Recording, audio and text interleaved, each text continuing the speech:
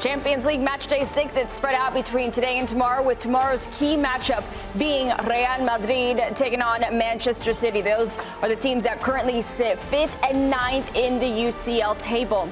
And it does feel like these two teams meet every Champions League campaign. Last season, Real Madrid won 6-3 aggregate in the knockout stage playoffs. Real Madrid also advanced in 4 of the knockout stage matchups, and they do lead the all-time matchup between them and City with 5 wins, 5 draws, and 4 losses. So, Jeff, looking at the history between these two teams and the history of these two teams in Champions League as a whole, it feels like these two, you could say that they are the best teams in Champions League in the past 10 years. Yeah, I think you'd have to say that. Not just in the Champions League, but the best teams who are playing in the Champions League, best in their domestic divisions. It's a great shame we've built it up as everybody else has. This was the showdown, wasn't it? Mbappé against Haaland. And it looks like we're not going to be seeing Mbappé, which is a shame for the game as a spectacle. I think it was already tilting in Manchester City's favour going into the game. We saw how poor Real Madrid were against Liverpool at the time. They've got other injuries as well, so I make Man City even bigger favourites going into this. But I think the thing when you get like a series of meetings like this, there's no fear of your opponent because you've played each other so regularly. They've both had success at times between each other. So there'll be absolutely zero fear of taking on stellar names in world football. I mean, they're great lineups. Even with Mbappé missing, that actually adds another layer of intrigue to it. Who is going to supply? We've seen, 4 occasions this season when he hasn't scored, they haven't won. Yeah. So if he's not playing, he's definitely not scoring. I'll stick my neck out there. So they've got to come up with a plan, and they've got to come up with a plan when Xabi Alonso is in a really, really tight spot.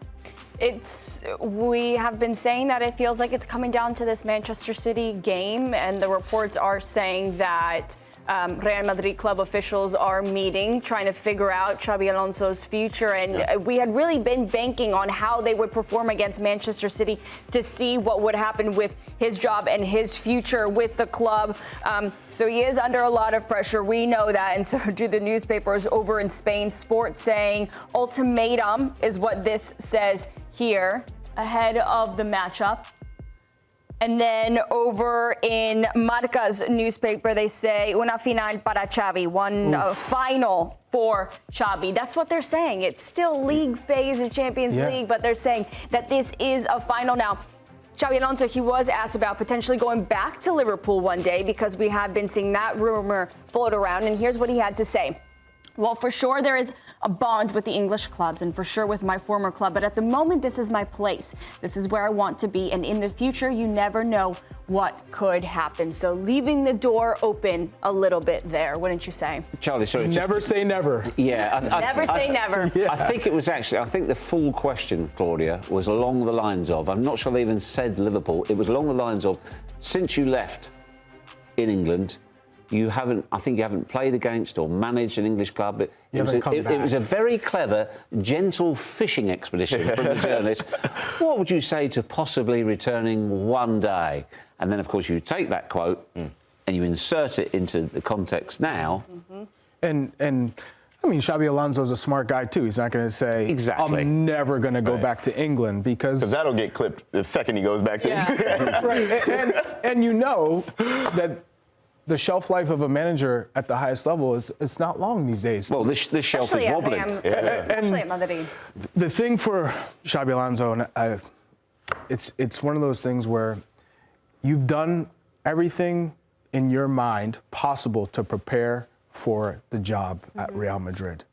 But it's another thing to actually be in that locker room and deal with some of these personalities, some of these egos that go along with managing a club like Real Madrid. So he's got a number of issues. I think Jude Bellingham being as good as he was under Ancelotti, we haven't seen the same Jude Bellingham with Xabi Alonso. And, you know, you're talking about the system, you're asking about responsibilities. Vinny Jr. has not been the same under Xabi Alonso. Of course, you added Mbappé, and Mbappé has excelled, I'd say, under Xabi Alonso in the number 9 position and trying to convince Mbappé, hey, this is going to be your position, even though you feel more comfortable on the left and where you've had more success. I think with that being said, this is Real Madrid. You have expectations, and if you don't meet those expectations, no matter how gifted a manager you are, no matter what you've done in the past, they will move on from you. That's quickly. That's how it's always been. And he's kind of been hovering. The Club World Cup, I don't think they particularly played that well, but they got to a semifinal. Now in La Liga, I also don't think they've been playing particularly well. They're still second. They're still there. They're hovering around the top. At the end of the day, Real Madrid need results. And it's not just results, they need performances to go with those results. I don't know if Xabi Alonso is going to get the time needed to have that success that you would expect from Xabi Alonso, the success that we saw with him at Bayer Leverkusen, because the expectations of the demands are just at the highest level.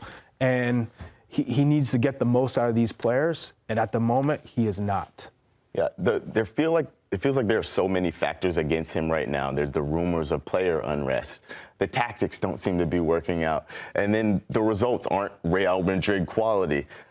It's a really, really difficult position for him to be in, and especially today without Mbappé, with all the rumors circulating around that a loss here could be his last in his tenure as Real Madrid manager. It's an incredibly tough position for Xabi Alonso to be in, especially for such a hands-on manager.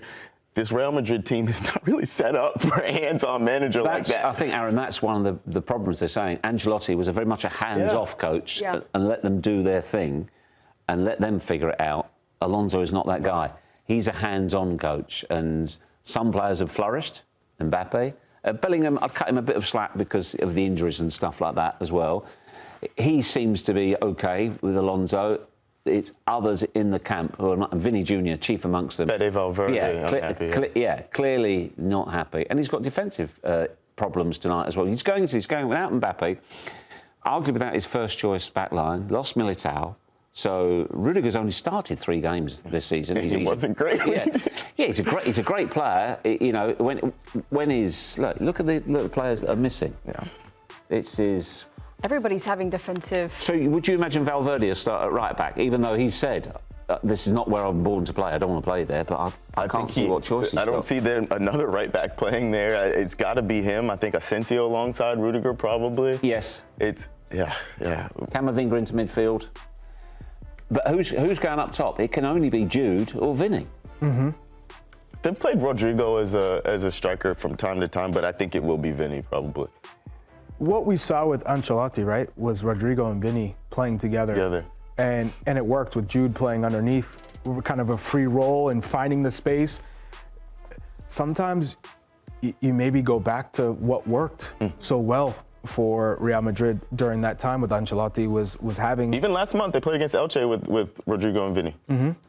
But also as well, this is the beauty of football. Without Mbappé, without a host of players that would be in consideration for a starting spot, you imagine if he gets a win. A statement win. The narrative changes completely. It changes. Right. What if it buys time? Yeah, it buys you time. But for how much? For how long? Well, it's Real Madrid. We're talking about so much time. 24 hours. It gives you another week. 24 hours. A week is. You know what? Nice. What's sad too about the Mbappé Haaland? It's almost like another precursor to what we'll see in the World Cup with France, Norway, which will be played in Boston. But this. You got Boston ties? I don't know. Maybe. But what I'll say is, there's no doubt Xabi Alonso is a gifted coach. And sometimes you're at the mercy of the environment or the situation that you're in. And right now, he just needs time. You don't get time. Will Real Madrid give you time? That's the problem. That's the issue. Sometimes you can be right man or right person, wrong club. Wrong time. It can just happen. It can just happen through no fault. The parts don't meet, the stars don't align. It's just not happening for whatever reason. But equally, it's not too late to turn it around. Not an apples to apples comparison, but Unai Emery at Arsenal. Yeah. Unai Emery is a fantastic manager, but wasn't really necessarily the Arsenal type, and it was a really bad period for him. Look at what he's doing with Aston Villa now. They're a fantastic team. It's not exactly apples to apples, but a very similar situation. Good analogy. Good analogy. Do you still believe in Xabi Alonso at Real Madrid? Like, how do you feel about him at the start of this campaign versus now, and what we've been seeing from this Real Madrid season now? I just want to know how you're feeling about him recently. Well, I have no doubt that Xabi Alonso is a fantastic manager. He is an incredible coach. What he did with Xabi Alonso with Bayer Leverkusen was magical. But in saying that, you know, when you walk through that door at Real Madrid, it's no longer what you've done in the past. It's what you do now.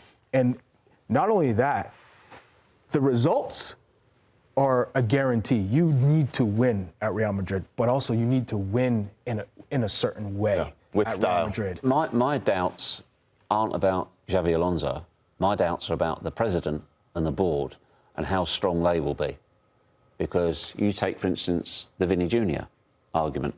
Who are they going to back? If he says, look, if I want to bring them off, I want to play the right players at the right time for the good of the club, not for the individual. Is he going to be backed, or is he going to be sacked? Thanks for watching this video from Morning Footy. For all news and insights regarding leagues around the world like EFL, Serie A, and all UEFA competitions, both men's and women's, don't forget to sign up for Paramount+.